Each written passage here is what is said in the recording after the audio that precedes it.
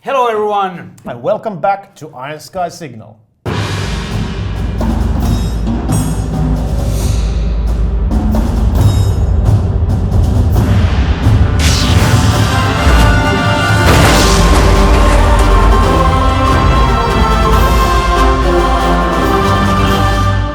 We have just returned to this winter wonderland called Finland from Belgium, where we were shooting 2 months Iron Sky The Coming Race.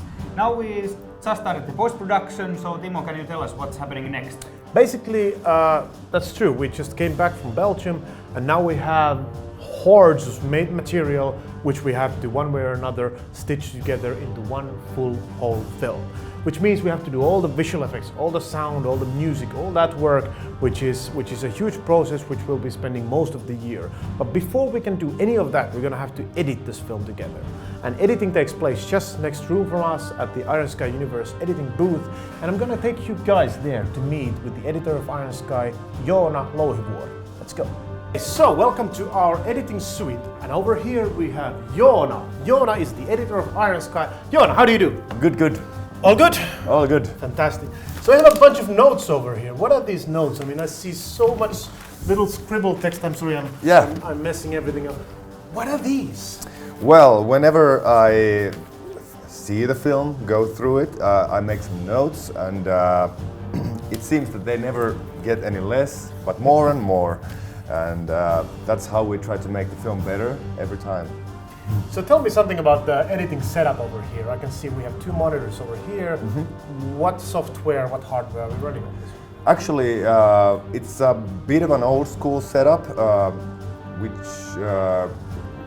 consists of Final Cut Pro 7, which is the old, I would say 6 years old Final Cut software update. And why would we want to use that? Because it works. We've done it many times before, and we know that it works, the whole workflow. So that's why we decided to go for that. And so basically, it runs on a very basic iMac, but we chose to have a big screen, so it looks good. And another additional basic screen. But what we actually have here now is the big-ass Panasonic, which, at least what I've heard of, is also being used in other places, such as Hollywood. So that is mainly for the bigger view, for you to experience the picture a bit bigger, since we are actually going for a cinematic piece, which is supposed to be enjoyed in a theater environment. I can chill out over here and use my director's vision to dictate what shall we have here next. Truly and honestly, what we needed to have is we needed to have a great viewing experience all the way from the very early stages of editing, because we're making such a big film. We're making a film that is supposed to be looking very good. So it's not enough for me to see stuff on a small screen, because once you see it on a big screen, once you see it in a big and grand screen, you actually get a little bit of a better idea and perspective of what kind of a scale of a film we're doing. You will start to appreciate wide shots much more than on a small screen, because then you can actually see what's going on there. So it's very important for us to have good viewing facility, and for that obviously we need to have a nice white couch and a good zen all over the office. But most important is, of course, to have the viewing platform, the monitoring system. And for that we actually asked our fans to help us out, because we said that we need to find the best possible solution on monitoring the edit process. A lot of people started to say different ideas. One name that popped up more often was Panasonic, and also Panasonic noticed this and they contacted us. They said, you guys would like to have help from us? And we said yes. So what they did was that they sponsored us with a big ass TV setup, which is fantastic. And well, take a look. It's a big ass TV, 65-inch, 4K, Ultra HD, whatever. Really nice setup where it's super cool to watch and enjoy the process of this all coming together. And obviously sound system has to be very good as well, also from Panasonic. But this one is good because in addition for being a big screen, which is, a lot of producers, they make big screens, but what's important is that you have the quality, the color quality, the picture quality, that is actually something that is matching the best possible environment available in normal home environment. So you're not just watching a picture, you're actually watching the picture more or less the way that it's supposed to be coming out. And that's very important for us.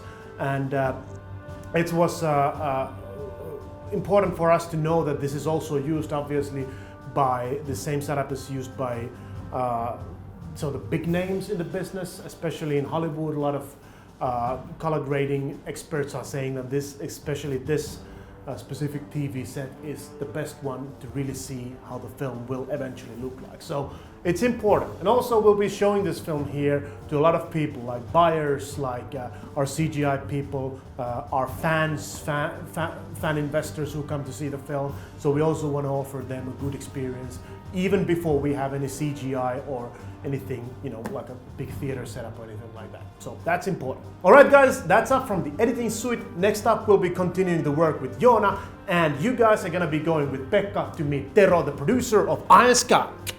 18 months ahead of us before the official release in autumn 2017. But Tero, can you tell us what's happening from the producer's point of view? It's going to be busy times. We are still financing the film. We are looking for investors to share the risk, our own risk. And then a really big task is to prepare a lot of material from now till the release in 18 months. Teaser trailers and trailers and so on. So, and the actual release in autumn 2017, which is going to be a global thing. To coordinate all these things, it's taking a lot of effort from our side, together with the distributors and so on. So interesting times ahead of us. Interesting times ahead of us, yes, definitely. Thank you for this, and I think I have to go and find us some sponsors as well if we're still financing the film. Oh yes! Thank you. Thank you. Tero, what a character. Classic Tero. Oh yeah. So thank you Pekka, thank you Joona. Thank you Timo. Thank you. And thank you for watching, and also remember to follow us on all our social media sites, and if you have any questions or comments you can send those directly to me at pekka@ironsky.net or in the comments below. Indeed. And do not disturb Timo. He's busy with the film. Yeah, so no email from me.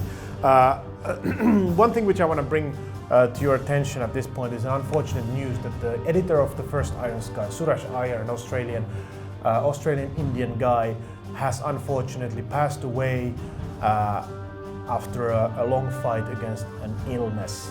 This I just learned a couple of days ago. Suresh was, as you remember, amazing character. He was a good sense of humor. Great sense of humor. I loved his no bullshit way of editing. He was watching the material and said, "This nobody cares, take it out. Nobody cares, take it out." And don't make it. It just made things, the whole film smooth and nice to watch. And I loved his sort of old school attitude towards editing. So unfortunately, he won't be with us anymore, but definitely what I learned from him, and again, his sense of humor is something I will personally be carrying along with the next productions that I'll be working on, and also in life in general. So thank you, Suresh. Thank you, Suresh. Rest in peace. And again, thank you everybody, and I'll see you guys next time. Bye-bye.